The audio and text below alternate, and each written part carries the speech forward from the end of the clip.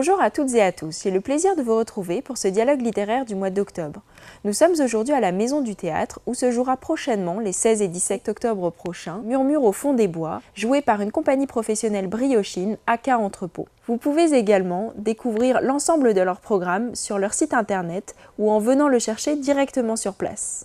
Dans cette émission, nous retrouverons Mathilde pour une sélection dédiée aux jeunes adultes. Et nous reviendrons également sur 2 rencontres qui ont eu lieu à la librairie avec Delphine de Vigan et Thomas Cook. Thomas Cook est venu nous présenter son dernier roman, Le crime de Julian Wells, paru aux éditions du Seuil.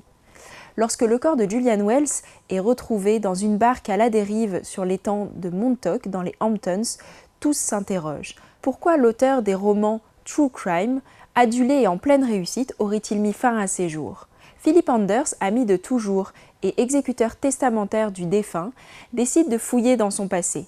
Un voyage qui couvre 4 décennies et traverse 3 continents, soulevant bientôt des doutes. Retrouvons tout de suite Thomas Cook au micro d'Anaïk. Thomas Cook, bonjour. Bonjour. Merci infiniment de votre présence parmi nous aujourd'hui.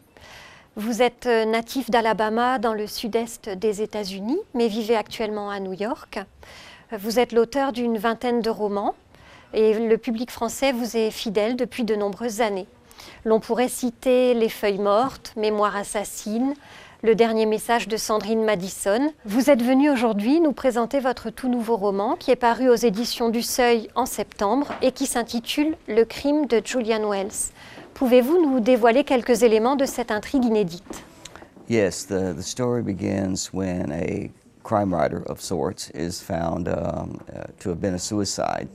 He is the best friend of the narrator of the book, and after his death, his friend notices an epigram that one of his books was dedicated to him, and the dedication was to Philip, sole witness to my crime, and he begins to wonder what this crime was that he supposedly witnessed.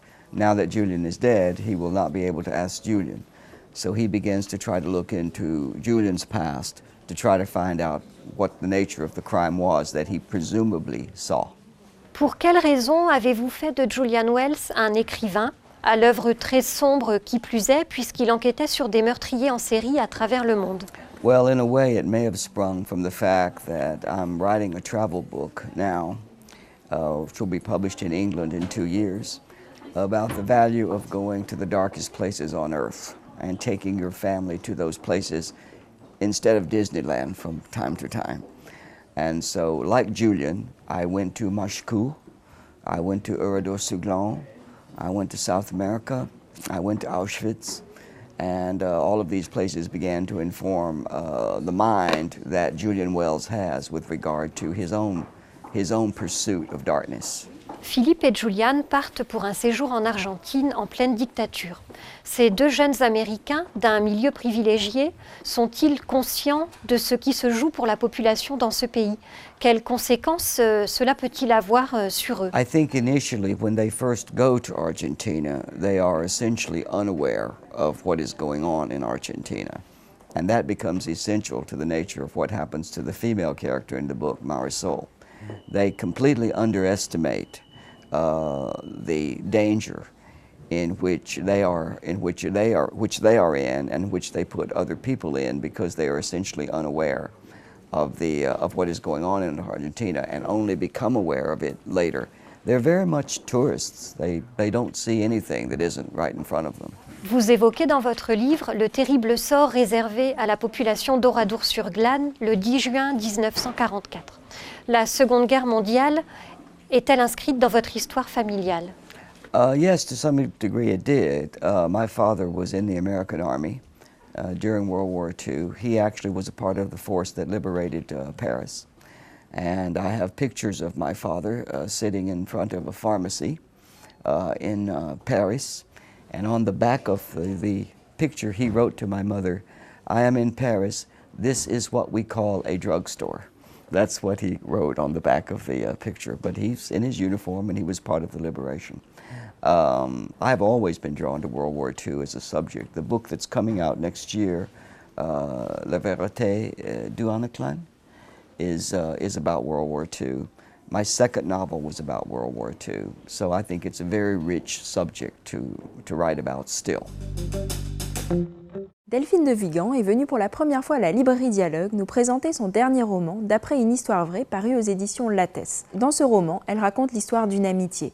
Séduction, dépression et trahison sont les 3 temps de ce récit qui plonge le lecteur dans les coulisses de la création, là où le doute, les apparences et les faux-semblants tentent un piège redoutable. J'ai eu le plaisir de rencontrer Delphine de Vigan. Delphine de Vigan, bonjour et merci beaucoup d'être venue à Brest. Vous êtes l'auteur de 7 romans, dont Noé et moi et Rien ne s'oppose à la nuit. Alors dans votre dernier roman, d'après une histoire vraie, paru en août dernier chez Lattès, vous nous plongez dans la vie de Delphine, romancière et en panne d'inspiration après le succès phénoménal de son précédent roman. Elle trouve alors refuge dans une amitié nouvelle avec une certaine Elle qui va rapidement déborder les codes de l'amitié et l'emmener en territoire dangereux. Alors dans votre roman, vous vous mettez en scène, parlez de votre compagnon François, citez quelques auteurs connus ou encore parlez de votre dernier roman. On a du mal à discerner la frontière entre le réel et la fiction. Alors pour quelle raison avez-vous bâti votre roman de cette manière ? Vaste question, parce que c'est tout le sujet du livre en fait. C'est ce qui apparaît au départ comme une mise en scène de soi en fait est avant tout un effet de réel. L'idée étant effectivement que le lecteur qui commence ce roman ait le sentiment que la narratrice et l'auteur se confondent et qu'on va lui raconter une histoire dans la continuité du roman précédent. Et puis en fait, petit à petit, de l'emmener vers tout à fait autre chose. Le récit est rédigé sous la forme autobiographique qui prend ses libertés avec votre réalité. Amitié toxique, manipulation, relations fusionnelles. En fait, votre roman est un véritable thriller psychologique. Vous aviez envie d'écrire sous ce genre-là ? Non, je dirais pas ça. En fait, c'est pas tant l'idée à un moment donné d'écrire, d'adopter un genre plutôt qu'un autre. C'est plutôt le thème du livre qui m'a emmenée là. J'avais envie de raconter cette histoire. Cette histoire, elle fait peur. Moi, elle m'a fait peur. Donc, voilà. Du coup, forcément, ça m'a conduite à adopter des codes qui étaient assez nouveaux pour moi, effectivement. Mais parce que, encore une fois, l'histoire m'emmenait là. Le titre, d'après une histoire vraie, est déjà porteur de sens. Faits divers, fiction basée sur la réalité, petits arrangements avec la vérité. L'histoire plonge la narratrice Delphine dans une relation fusionnelle qui finira par lui nuire. Vous embarquez alors le lecteur dans une quête du réel. Vous pensez que c'est l'époque qui veut ça ? Oui, alors c'est vrai que je dois dire que je joue un petit peu avec le lecteur, probablement d'ailleurs un peu avec ses nerfs aussi. L'amenant finalement en permanence à s'interroger sur la réalité ou l'exactitude de ce qu'il est en train de lire. Ça fait complètement partie du projet. Et pour moi, c'était une manière de questionner cette curiosité qui me semble s'être beaucoup développée à notre époque sur la part autobiographique dans les livres, est-ce que tout est vrai, sur toutes ces histoires qu'on nous propose ou qu'on nous vend comme étant inspirées de faits réels, d'après une histoire vraie, etc. Et c'est une question qu'on m'a beaucoup posée en fait sur mon précédent roman. Est-ce que c'est vrai? Est-ce que tout est vrai? Et à chaque fois, j'essayais d'y répondre le plus précisément possible, c'est-à-dire d'essayer d'expliquer quelle avait été ma démarche dans l'écriture, etc. Et en même temps, je me disais, mais au fond, pourquoi c'est si important que les choses soient vraies, que les choses se soient exactement passées comme ça ou pas, etc. De retour à la librairie, nous retrouvons tout de suite Mathilde pour une sélection dédiée aux jeunes adultes. Bonjour Mathilde. Bonjour Marion. Alors, donc ton premier livre. Miss Peregrine et les enfants particuliers. Jacob, un adolescent de 16 ans, a vécu toute son enfance en écoutant les histoires un peu farfelues et extraordinaires de son grand-père. Celui-ci, pendant la guerre, s'est réfugié dans un orphelinat et selon ses dires, cet orphelinat accueillait des enfants avec un don particulier.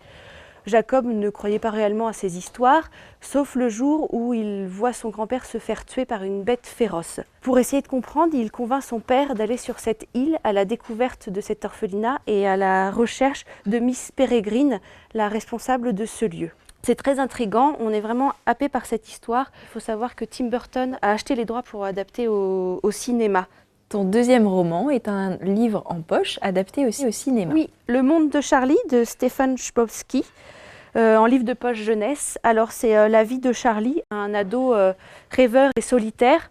Il vient d'une famille américaine assez banale. Son frère est membre de l'équipe de foot de l'université. Sa sœur est très bonne élève, est très bien intégrée. Bon, elle a quelques soucis un petit peu avec les garçons, mais sinon tout va bien. Alors que lui, c'est un être à part.